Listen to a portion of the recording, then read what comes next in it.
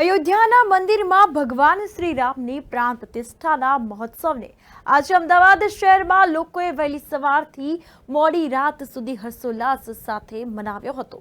આતશબાજી અને નગારાના નાદથી વાતાવરણ મંગલમય બની ગયું હતું। સાથે સાથે માર્ગો પર ઠેર ઠેર જાનકી નાથનો જય જયકાર ગુંજી ઉઠ્યો હતો।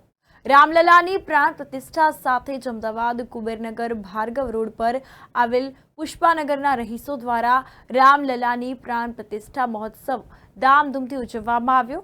આ કાર્યક્રમમાં મુખ્ય મહેમાનોમાં ગિરિવરસિંહ શેખાવત, બીજેપી કાર્યકર્તા રાજ શેખાવત, રાજપૂત સમાજ આગેવાન તેમજ દિનેશસિંહ મકવાણા, પૂર્વ ડે મેયર જેવા અનેક રાજકીય આગેવાનો ઉપસ્થિત રહ્યા હતા। તેમના હાથે ભગવાન શ્રી રામની આરતી ઉતારવામાં આવી હતી। કહેવામાં આવે છે કે આજથી 500 વર્ષ પહેલા મર્યાદા પુરુષોત્તમ ભગવાન રામ હિન્દુ સમાજના અખંડ ભારતના દેવતા ભગવાન શ્રી રામને 500 વર્ષ વિધર્મીઓ દ્વારા અમને ટેન્ટમાં રહેવું પડ્યું। આજે દેશના વડાપ્રધાન નરેન્દ્ર મોદી દ્વારા અયોધ્યામાં ભગવાન શ્રી રામ પ્રાણ પ્રતિષ્ઠા કરવામાં આવી અને તેને લઈને આખા ભારતમાં શ્રી રામ નામ ગુંજી ઉઠ્યું છે। 500 વર્ષથી શ્રી રામ પોતાના મહેલની બહાર પોતાના ઝૂંપડામાં બેઠા હતા, પણ 2014 પછી નરેન્દ્ર મોદીની સરકાર બની એના પછી નરેન્દ્ર મોદી અને યોગીની સરકારે ભેગા મળીને સુપ્રીમ કોર્ટના કેસ જીતીને શ્રી રામને આજે મંડપમાંથી બહાર કાઢવાનું કામ કરીને મહેલમાં બિરાજવાનું કામ કર્યું છે।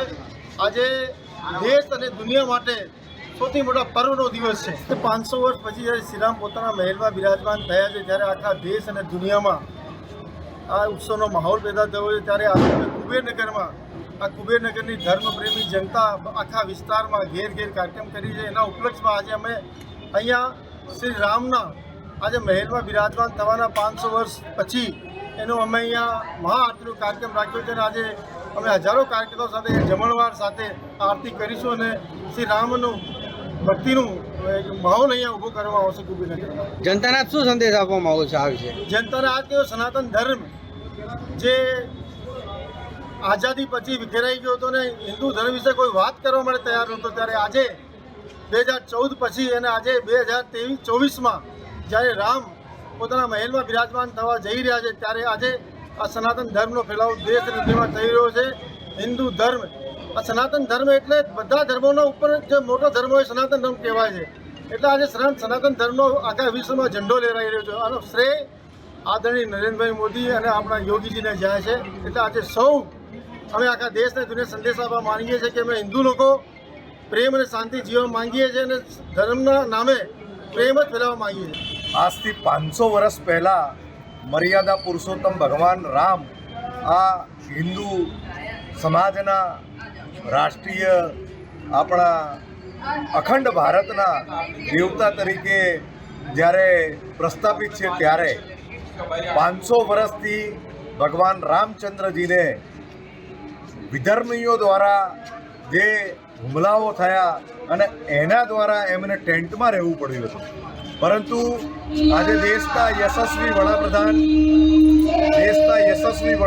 2014થી આ ભારતની ભૂમિ ઉપર જ્યારે પ્રજાએ ચૂંટીને મોકલ્યા ત્યારથી એમના દ્વાર ખુલવાના શરૂ થયા।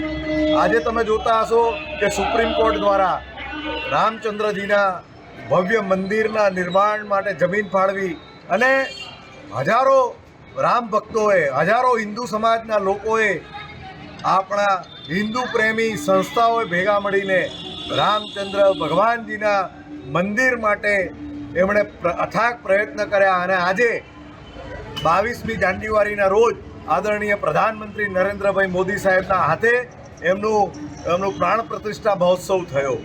મિત્રો, આનંદની વાત આપણા માટે એ છે કે વર્ષોથી આપણા આરાધ્ય દેવ જેની આપણે પૂજા કરી શકતા નહોતા, પરંતુ જ્યારથી દેશના વડાપ્રધાન તરીકે નરેન્દ્રભાઈ આવ્યા અને જેમ રામચંદ્ર ભગવાન એ લંકા ઉપર વિજય મેળવીને પોતાના વતનમાં અયોધ્યામાં પાછા આવ્યા હતા અને જે દિવાળી ઉજવણી થઈ હતી, એવી આજે ફરીથી દિવાળીનો ઉજવણીનો કાર્યક્રમ કુબેરનગરની અંદર આદરણીય ગિરિવરસિંહજી શેખાવતના નેતૃત્વમાં થઈ રહ્યો છે।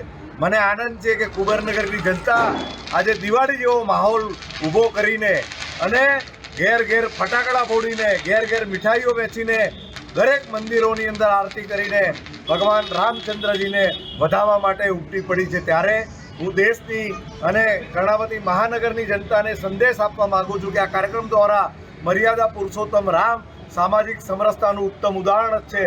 શ્રેષ્ઠ રાજા તરીકે નહીં પણ શ્રેષ્ઠ ભગવાન તરીકે એમનામાંથી આ હિન્દુ સમાજ અને વિશ્વના તમામ ધર્મના લોકો પ્રેરણા લે એવી પ્રાર્થના કરું છું.